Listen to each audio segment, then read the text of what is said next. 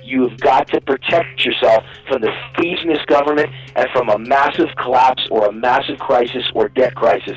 It's all coming, believe me. It's actually here. It's been covered up, and they're just desperately trying to keep it covered up. But I think it's gotten so bad and so out of control that no one can cover it up anymore. Hey friends, thanks so much for tuning in. We have on the line Wayne Allyn Root. His website is rootforamerica.com. You know his work. He's the 2008 Libertarian Vice Presidential candidate, author of The Ultimate Obama Survival Guide. Thank God we need that. And the new book, Murder of the Middle Class, How to Save Yourself and Your Family from the Criminal Conspiracy of the Century. That book was published on July 14th, and Wayne Allyn Root is here right now. Thanks for joining us. Hey, Sean, great to be on with you. Hey, it's a real pleasure to have you on. Look, I know we only have 20 minutes with you, but there's so much to discuss, and I would like to talk to you about Hillary's emails. I want to talk to you about Donald Trump. I want to talk to you about the secret TPP, and I want to talk to you about the Obama Wall Street Federal Reserve fascism. Where do you think we should begin, sir? In my new book, The Power of Relentless, is where we should begin because it explains everything. It explains why Donald Trump is leading and why I'm the guy who from the beginning predicted he would win the presidency, and people thought I was stark raving mad. And when he made the Hispanic comments, I said, it doesn't matter, I'll win the presidency. They thought I was mad. When he made the John McCain comments, I said he's going to win the presidency. They thought I was mad. When he made the Megyn Kelly comments, they thought I was mad. I said, no, he's going to win the presidency. After I watched Fox's focus group say everyone hates him, he's reviled, he's disgusting what he said about Rosie O'Donnell, I said he's going to win the presidency, and he just keeps getting higher in the polls. And I'm telling you, he's going to win the presidency because he is relentless. And it's kind of a combination of relentless chutzpah, as we say in New York, kind of a Yiddish word for balls, or cojones. And he tells you what he thinks, and he's kind of Bullworth. If you remember that movie with Warren Beatty from 1998 where the guy runs for office and tells everyone exactly what he thinks because he's suicidal and he doesn't really care if he wins or not. And he wins, and then everyone wants him for president, and that's Donald Trump. And he's courageous. He doesn't care if you like it. He doesn't care if he offends you. He doesn't care if he's politically incorrect. He's relentlessly courageous. And that's why I knew what others didn't know, that Donald Trump is a walking reality show. And whether you like it or not, America wants their president to be like a show business person. The last Republican like that was Ronald Reagan. They want an actor. They want a reality TV star. They want a bigger-than-life celebrity. That's Barack Obama. He was elected not because his policies were any good, but rather because he's the American Idol. And Americans like Dancing with the Stars and American Idol. Well, Republicans need to match up star power with star power. We need a celebrity. They've got Hillary Clinton. Now we have Donald Trump. And I'm telling you, this is the right guy. So Donald Trump is the man, and he fits every single factor in my book, The Power of Relentless, and I guess that's why when I sent it to him, he loved it and gave me a quote. I put it on the back cover of the book. Thank you, Donald Trump. Well, I have so much to say about this. Boy, do I have some questions for you. So Donald Trump, here's my fear. My fear is that because the GOP is so corrupt, we saw what they did to Ron Paul when he was the far and away front runner. He got more donations from active military than all of the other GOP candidates combined, and he was buried in the media. They refused to mention his name. He was the only Republican with real, true grassroots support, but the GOP would certainly never let a libertarian-minded constitutionalist like Ron Paul become president. Here's my fear about Donald Trump. My fear is because the GOP is so corrupt, they will just somehow steal it from him and force him into a third-party run, setting up the White House for Jeb or Hillary. And that takes me to this point about Hillary. You've said that she's more likely to end up in the big house than the White House, and boy, am I with you on that. She ought to be in the big house right now for her crimes. Well, she's such a criminal. It's unbelievable. I mean, she's a relentless criminal. Back to that relentless theme. I mean, the Clintons are just relentless criminals. And, you're just seeing the tip of the iceberg. I mean, look, she's running against Bernie Sanders, and she's now losing after she was up by 60 points. I kept telling everyone she's up by 60, and I don't mean I was telling my grandmother and my friends. I mean I can publicly prove in all my media interviews and all my commentaries and on Facebook and Twitter to all my 150,000 fans, I have said publicly, putting my neck on the line, this woman is up 60 points. She will never win the nomination. You're all kidding yourselves. It's all, it's 20 miles wide and 1/2 inch thick. There's no real support here. It will all fall apart when people find out that A, she's a criminal, B, she's a fraud, C, she's in scandal after scandal. She's sold out the country. She's guilty of treason with the Clinton Foundation. She took money from foreign governments, then awarded contracts only weeks after accepting the money, right. or after her husband gave him a speech and they paid him $1 million, she awarded them a $1 billion contract. She gave away the uranium of the United States in return for money. She's treasonous. and she will never win the nomination. She will implode like the Hindenburg. She's the Hillary bird. And I'm turning out to be right. This woman's going down for the count. She can't even beat Bernie Sanders anymore, who calls himself remember that movie, The Full Monty? Bernie's the full commie. He actually says he's a communist, and she can't even beat him in New Hampshire. So good luck to Hillary Clinton. She's done. Stick a fork in her. It's over. Now the question is, do they have a replacement? Are they going to find somebody to prop up who can raise some money who has name recognition for the Democrats? If not, we can win this thing, and I think Donald Trump can win this thing. We needed to get rid of Hillary, and I do believe now that we can win this thing, so I'm excited.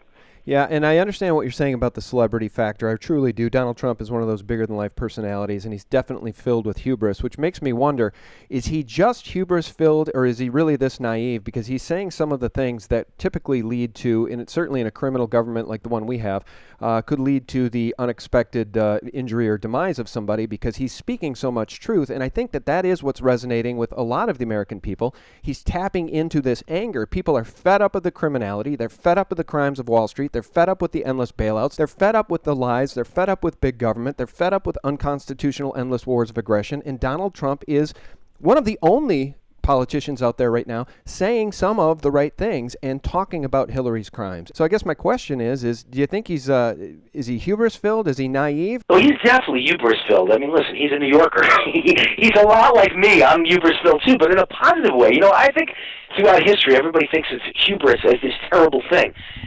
I got to tell you, never in history has there ever been a successful businessman or woman who didn't believe in themselves. If that's what you call hubris, that's what I call it. Hubris is believing in yourself, having faith in yourself, having faith in your talents in life. And I've always said, you've got to scream your talents from the highest mountain, because if you don't, no one else will. They won't notice it. They won't pass it on. They won't scream it. All the very same things I recommend in my book, The Power of Relentless, to be successful in life, Donald Trump does. You have to believe in you. It takes faith. You got to believe in yourself. That's not hubris. No, that's true. And self-reliance, self-resilience, and drive. You got to have a motor. Those that succeed have motors.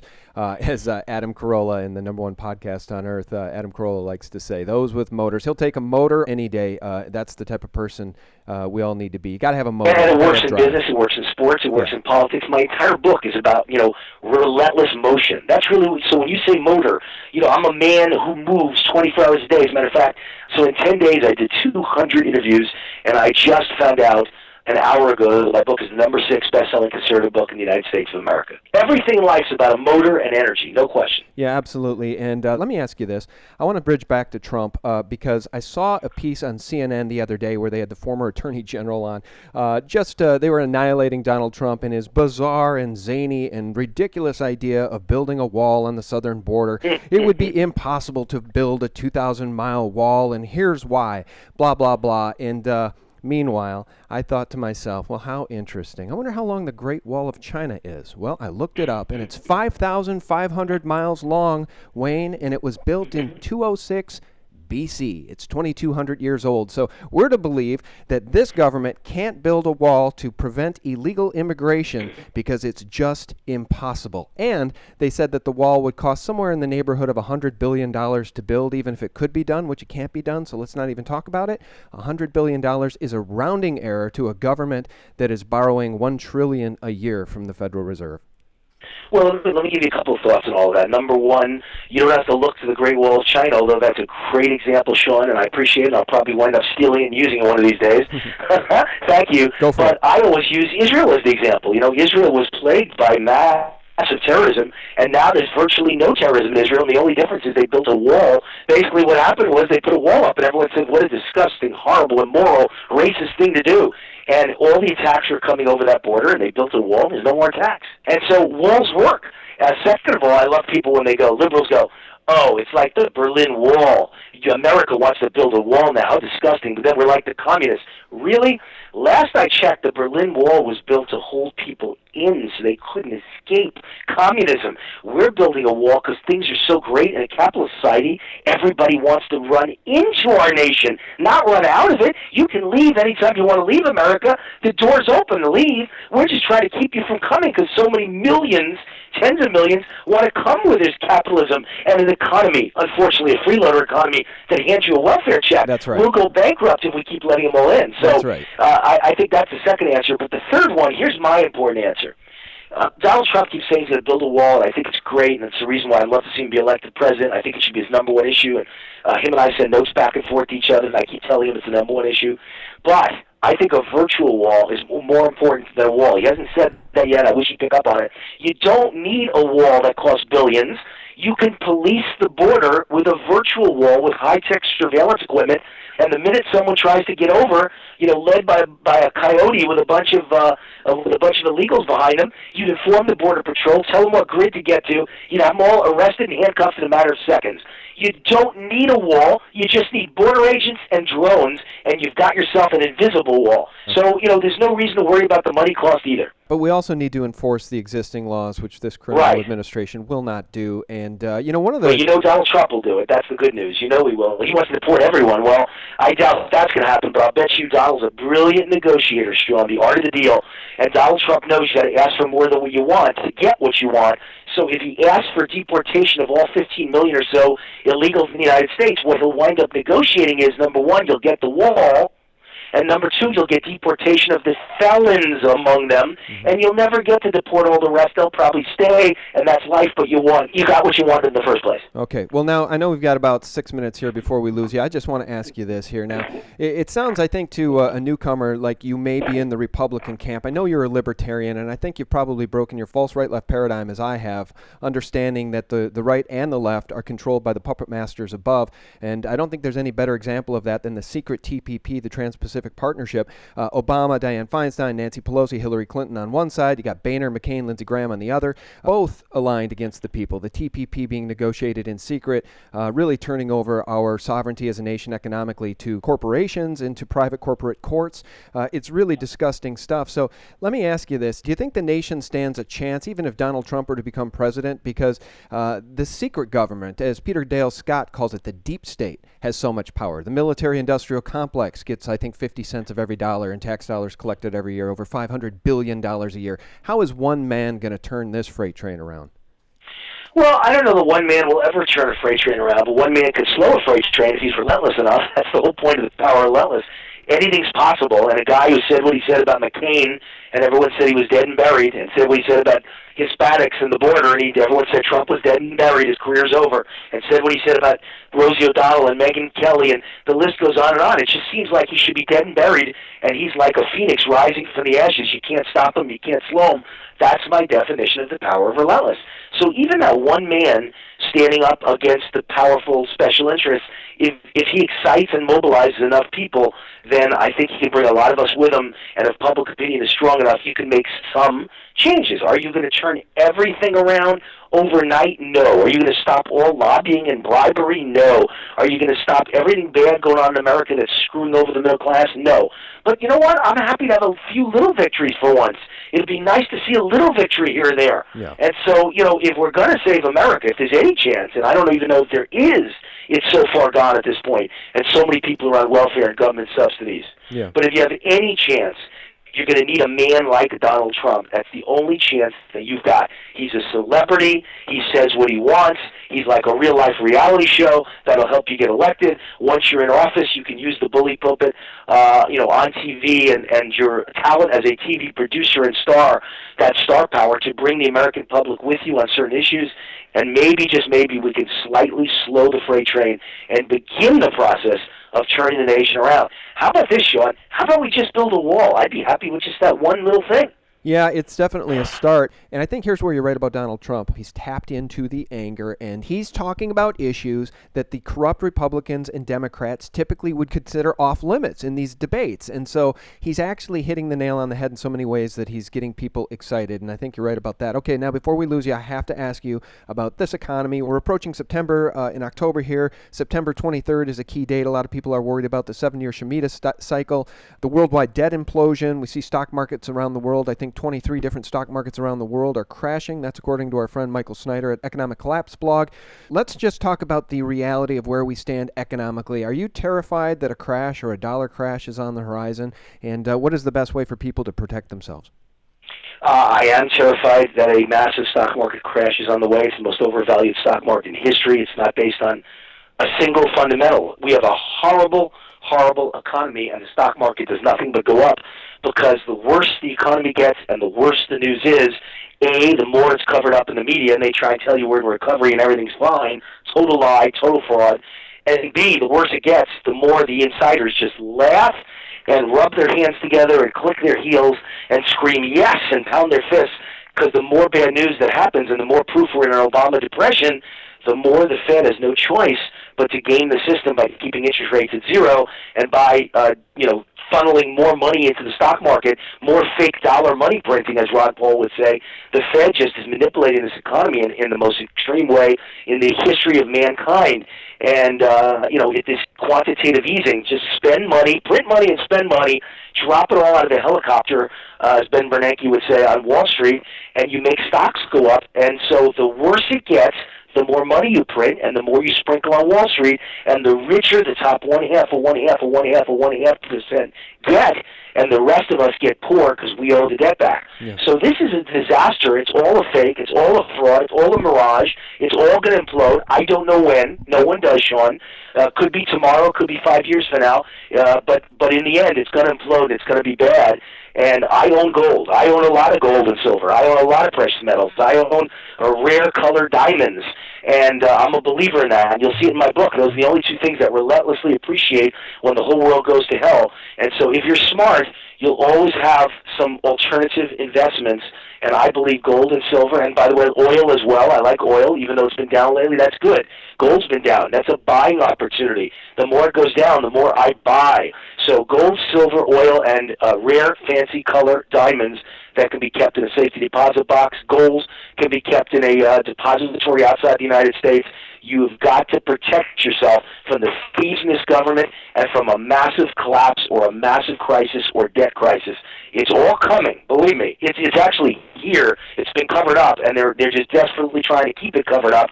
But I think it's gotten so bad and so out of control that no one can cover it up anymore. Yeah, I agree. Okay, last question. I know we have to let you go here. I want to just point this out for listeners. $1 million in cash back in 1913 is worth about $20,000 today. Can you tell our listeners what $1 million in gold is worth today? Sure, and it keeps changing. Obviously, it changes every day, and I don't update it every day. So the stats I used in my book were when I was writing my book, which is a couple months ago. So as of a few months ago, the number was $1 million in cash in 1913. Today we're worth $20,000. $1 million in gold today worth about, give or take $1 or $2, $60 million. Yes. So if you had your million in your mattress and you kept it till today, your kids would inherit the equivalent of $20,000. And if you have $1 million in your mattress, or well, you couldn't hold it in your mattress, but certainly if you had it in your safe, your safety deposit box in 1913, today your grandkids would inherit $60 million. And that's my example of relentless appreciation. That's why I love gold and silver. And by the way, if you look through history, the number one reason to own gold and silver is debt. The more debt your country has, the more reason you have to own gold and silver to protect you from a massive debt crisis and a devaluation of your currency, just like what's happened since 1913. Yeah. So if you believe gold was a valuable investment through the decade of the 2000s, and now it's way down from where it was then, the debt is way up from where it was then. The debt is monstrously up. It's like 70% higher than it was when gold was at its highs. Now gold is at a fairly low level. This is a great time to own precious metals. This is an instruction manual here for the folks that are listening that are still ensnared in the false paradigm that the U.S. government is the most benevolent on earth, and the dollar paradigm will last forever because it is the currency of last resort. It's where everyone will turn. Unfortunately, as the petrodollar loses its status globally, and we see Russia and China moving away from the dollar, this relentless depreciation of the dollar will continue. And we're seeing monetary warfare. We're seeing yuan devaluation. We're seeing this stuff really come to the forefront now. And everybody's waking up, and it's just Sean, really shocking. It's contagious. That's how you use the word relentless, see? Relentless, the power of relentless, it's contagious.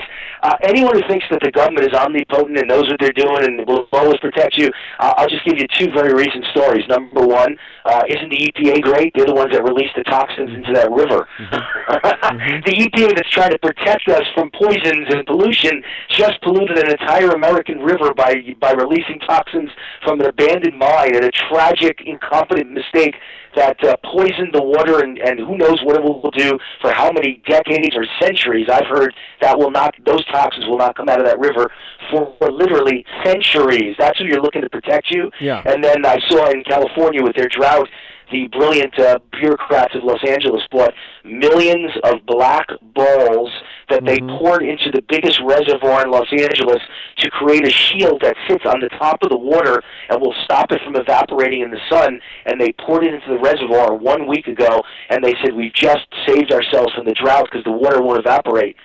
Except suddenly in the week since then, all the smartest people in science have come forward and said, this is a catastrophe. Get it out of the reservoir now, because A, the chemicals on those little black balls will melt into the water and cause toxins in the water, and B, the very shield you're talking about will make the water too warm, and bacteria will grow. And you've just destroyed your entire drinking system in California. Yeah. Get them out of the water now. You know how many millions they're going to spend, how many hundreds of millions to get it back out of the water? This is government at its finest, folks. Government is relentless, too. They are relentlessly evil, they are relentlessly incompetent, they are relentlessly bad people, and they are relentless failures, and that's a bad combination. Yeah, I just got to say something about that. I heard that, and my first thought was, you got to be kidding me. They're spending somewhere in the neighborhood of 33 cents for each one of those balls. And black balls? Black absorbs heat. Why wouldn't they have been white balls? Not to mention the fact, not to mention the fact, they're probably loaded with BPA and other chemicals, estrogen mimickers, that will poison the water. And that's why they put fluoride in the water. They're a bunch of eugenicists, and they're incompetent imbeciles. And that's why I drink bottled water. There you go. That's right. And, the last there you go. Don't trust government, folks, with anything. Don't trust them with your vaccines. They've covered up all the many children whose lives have been ruined by vaccines or who have died from vaccines, and they have covered up every horrible thing they've ever done. And then I laugh when you have a debate and they say to Donald Trump, oh, you have 4 businesses that had a bankruptcy. Wow, you must not be a good businessman. Really? All government does is fail and fail and fail again, and a businessman opens 1,000 business, 996 of them succeed, 4 fail, and they bring the 4 up and try and make you out to be a bad businessman. Some are going to point out the incredible, immense failures of government. There isn't one government bureaucrat that if they got fired tomorrow could even get a job in the private sector. And if they got lucky and they did, they couldn't last 6 weeks in a private sector job, so they wind up in government to rule all of our lives. Yeah, and by the way, that Colorado River spill, that EPA accident, that really does look like it was done on purpose to get Superfund cleanup money, but we don't have time to get into that. People can do their own research. There was a geologist who was blowing the whistle on that just a week before the accident, suggesting I saw that in the news, and again, I never comment on stuff like that. I have no idea what the government does purposely or not, but let's assume that you're wrong and he's wrong, and it's just an accident. So either they're right and you're right and government is evil, or I'm right and government is completely incompetent, or it's a mixture of the two, which I think it is, evil and incompetent, and it just tells you all you need to know about these people in charge of our lives who want control of whether you should have a gun or not, so that they can be the only ones with the gun and the power. Wow. That's right. Either way, the people lose. All right, well, our guest has been Wayne Allyn Root. He's the author of The Power of Relentless. He also wrote The Ultimate Obama Survival Guide and the book that was released on July 14th, Murder of the Middle Class, How to Save Yourself and Your Family from the Criminal Conspiracy of the Century. Mr. Root, thank you so much, and please do point us in the direction of your website, will you? Yeah, I will. Actually, I want to make sure everybody knows that The Power of Relentless just came out. It's the 6th best-selling conservative book in America. It just made the Conservative Book Club top 6 list. And I want to make sure everyone knows you can find it at Amazon.com or any fine bookstore like Barnes & Noble. And you can find all my commentaries, cutting-edge commentaries, at root4america.com. That's Root, R-O-O-T, like my name, Wayne Allen Root, root4america.com. Very good. And thank you for your time today, sir. We appreciate it. God bless. God bless. And guys, thank you for listening, and thanks for your support at sgtreport.com, thelibertymill.com, and thephaser.com. Real news, the antidote to corporate propaganda 24/7. Have a great week. Thanks, Sean. Thanks, All right. buddy. God Bye-bye. bless. Bye.